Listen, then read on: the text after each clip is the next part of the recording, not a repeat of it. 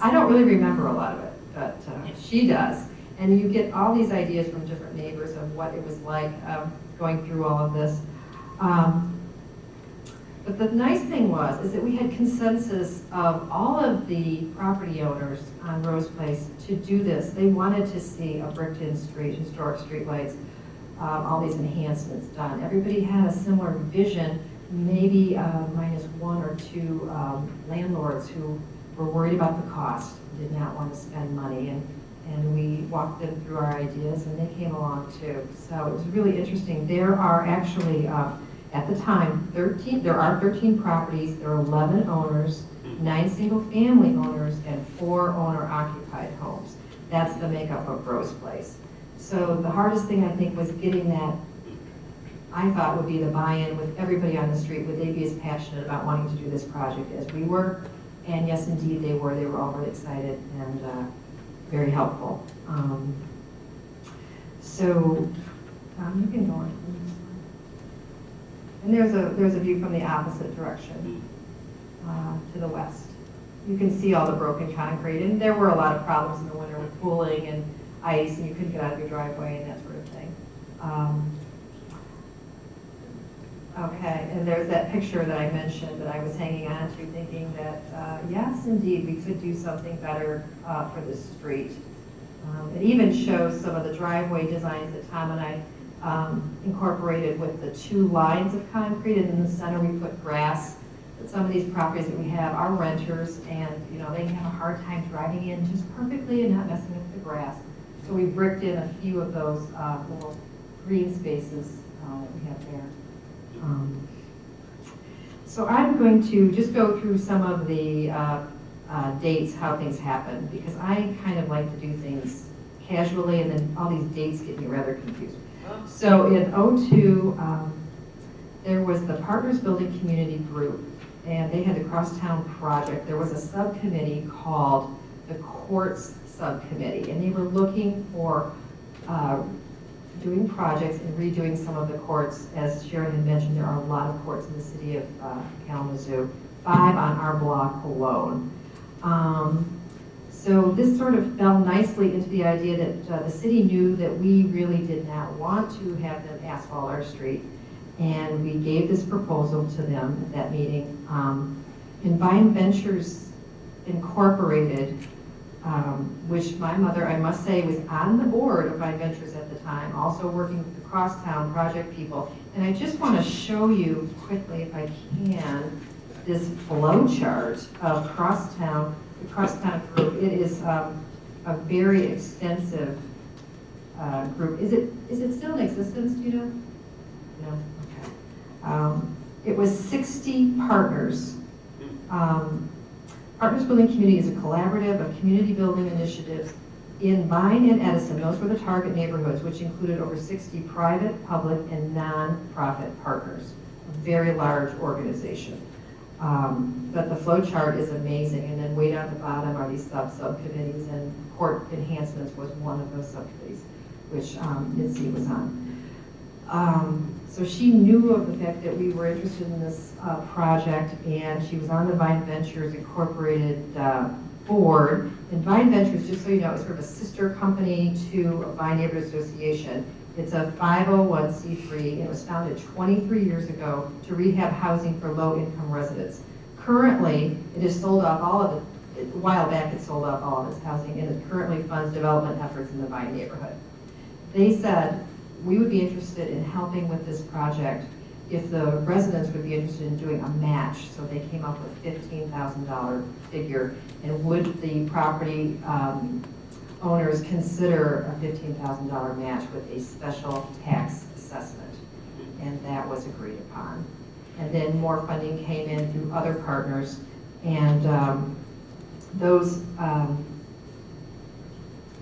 well, we can talk about the funders, and well, I can just do that right now. I'll go down the list. It was Vine Ventures, the Rose Place property owners, the Partners Building Community Crosstown Fund, and the CDBG funds, which are community development block grant money from the city of Kalamazoo.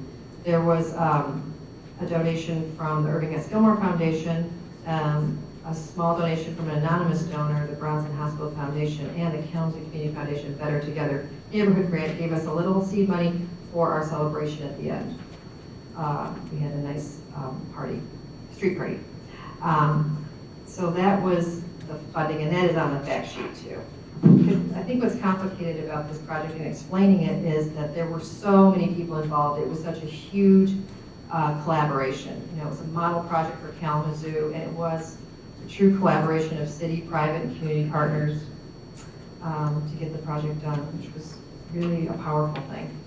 Go ahead, Tom. And Karen provided me this picture. This is the cutter. It's called the cutter. It comes down the street and cuts up the concrete. That's the very first thing that they do. And then they take away all the concrete. Take away all the concrete and left us this nice mess.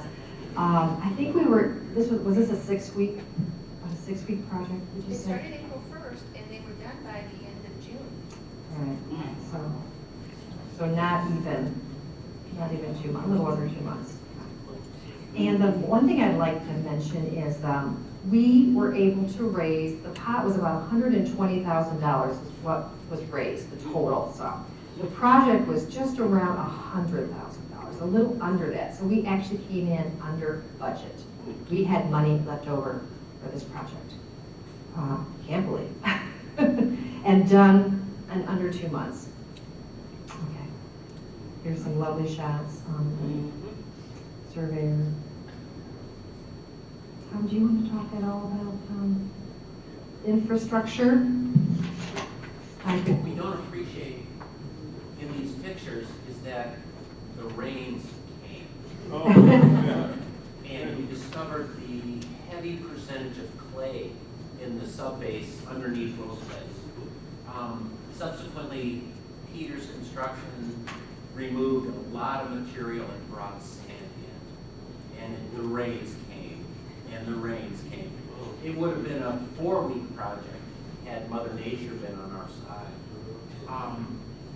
And the thick clay was a mess. So here's Barbara BJ's barrier here to protect the only green left on Rose Place at that period. Infrastructure, on Rose Place over the years, well, a friend of mine, Larry Burns, mentioned that cities bury themselves by nature. And Rose Place, the grade of the street had crept up over the years with resurfacing.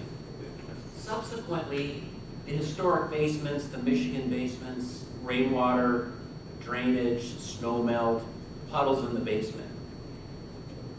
My intent was to establish a meaningful surface drainage on the street, and the city engineers exceeded that tremendously.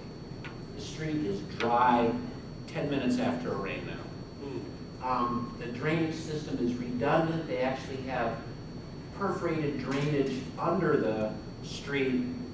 Maybe there'll be a picture where the pavers come in. They went through and poked holes through the concrete subbase so that the drainage would drain through the sand and into the drain water system. And so every aspect of the project, once started, we discovered, issues that were unanticipated, but each and every one of them was met and solved on site from ground one. Right, thank you.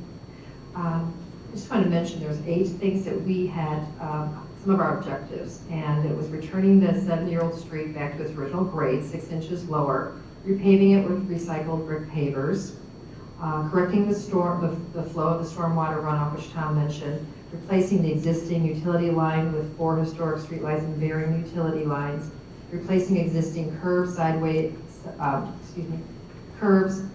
driveways, cuts, sidewalks, and landscaping front yards, returning 2 front yards to green space from being concrete parking pads, and new plantings of trees, shrubs, and perennials in gardens.